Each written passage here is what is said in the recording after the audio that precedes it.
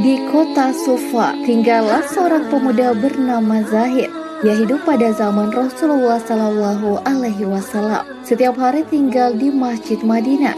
Zahid memang bukan pemuda tampan. Di usianya yang ke-35, ia belum juga menikah. Lalu seperti apakah kisahnya, sahabat beriman? Suatu hari ketika Zahid sedang mengasah pedangnya, tiba-tiba Rasulullah datang dan mengucapkan salam kepadanya. Zahid terkejut dan menjawabnya dengan gugup, "Wahai saudaraku Zahid, selama ini engkau tampak sendiri saja." Sapa Rasulullah Shallallahu Alaihi Wasallam. "Allah bersamaku, wahai Rasulullah," jawab Zahid. "Maksudku, mengapa selama ini engkau masih lajang? Apakah tak ada dalam benakmu keinginan untuk menikah?" Tanya beliau lagi. Zahid pun menjawab, "Wahai Rasulullah, aku ini lelaki yang tak punya pekerjaan tetap. Apalagi wajahku sangat tak memenuhi syarat. Siapa wanita yang mau denganku? Mudah saja kalau kau mau," kata Rasulullah menimpali. Zahid hanya termangu. Tak lama kemudian Rasulullah memerintahkan pembantunya untuk membuat surat lamaran untuk melamar wanita bersama Zulfa binti Sa'id. Ia anak bangsawan Madinah yang terkenal kaya raya dan cantik jelita.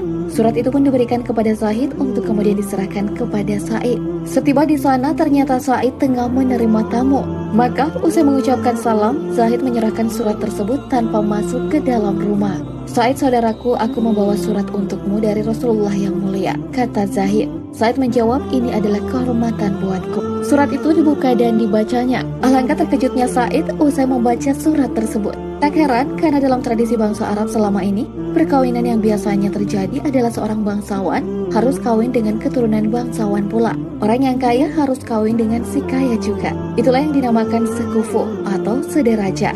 Akhirnya Sa'id bertanya kepada Zahid, "Saudaraku, betulkah surat ini dari Rasulullah?" Zahid menjawab, "Apakah engkau pernah melihatku berbohong?" Dalam suasana demikian, Zulfa datang dan bertanya, "Ayah, mengapa engkau tampak tegang menghadapi tamu ini? Apa tak lebih baik bila ia disuruh masuk?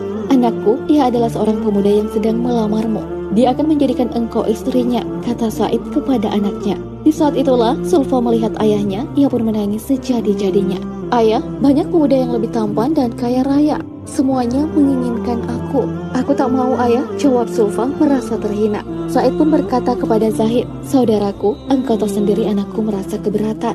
Bukannya aku hendak menghalanginya. Maka sampaikanlah kepada Rasulullah Shallallahu Alaihi Wasallam bila lamaranmu ditolak." Mendengar nama Rasulullah Shallallahu Alaihi Wasallam disebut sang ayah, Zulfa berhenti menangis dan bertanya, "Mengapa ayah membawa-bawa nama Rasulullah Shallallahu Alaihi Wasallam?" Sa'id menjawab, "Lelaki yang datang melamarmu ini datang karena perintah Rasulullah." Serta-merta Zulfa mengucap istighfar berulang kali dan menyesali kelancangan perbuatannya itu. Lirih, wanita muda itu berkata kepada sang ayah, "Mengapa ayah tidak mengatakannya sejak tadi bila yang melamarkan lelaki itu adalah Rasulullah Shallallahu Alaihi Wasallam? Kalau begitu keadaannya, nikahkan saja aku dengannya. Karena aku teringat firman Allah, sesungguhnya jawaban orang-orang mukmin bila mereka dipanggil Allah dan Rasul-Nya agar Rasul menghukum mengadili di antara mereka adalah ucapan, 'Kami mendengar dan kami patuh.' Dan mereka itulah orang-orang yang beruntung." Quran Surah An-Nur ayat 51.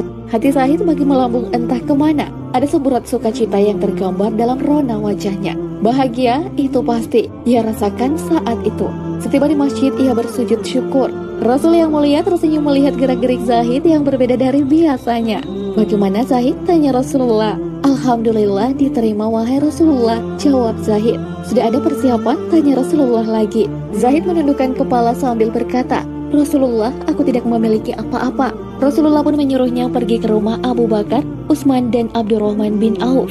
Setelah mendapatkan sejumlah uang yang cukup, Zahid pergi ke pasar untuk belanja persiapan pernikahan. Bersamaan dengan itu, Rasulullah menyuruh umat Islam untuk berperang menghadapi kaum kafir yang akan menghancurkan Islam. Ketika Zahid sampai di masjid, ia melihat kaum muslimin telah bersiap dengan persenjataannya. Zahid bertanya, "Ada apa ini?"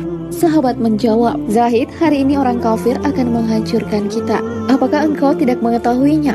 Zahid pun beristighfar beberapa kali sambil berkata, "Wah, kalau begitu aku lebih baik menjual perlengkapan perkawinan ini dan aku akan membeli kuda terbaik. Tetapi Zahid, malam nanti adalah bulan madumu. Apakah engkau akan pergi juga?" kata para sahabat menasihati.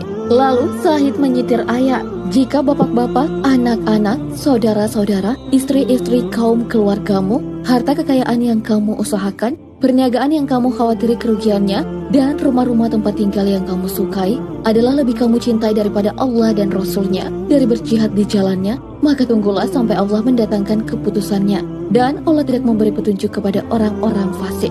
Quran Surah At-Taubah ayat 24. Akhirnya, Zahid melangkah ke medan pertempuran sampai ia gugur. Dan Rasulullah berkata, hari ini Zahid sedang berbulan madu dengan bidadari yang lebih cantik daripada Zulfa. Lalu Rasulullah membacakan surah Al-Imran ayat 169 hingga 170. Janganlah kamu mengira bahwa orang-orang yang gugur di jalan Allah itu mati.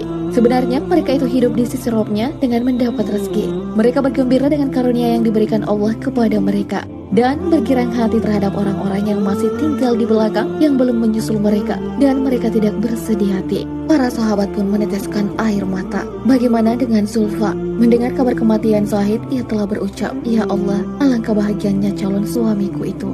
Andai aku tak dapat mendampinginya di dunia, izinkanlah aku mendampinginya di akhirat kelak." Wallahu a'lam bishawab.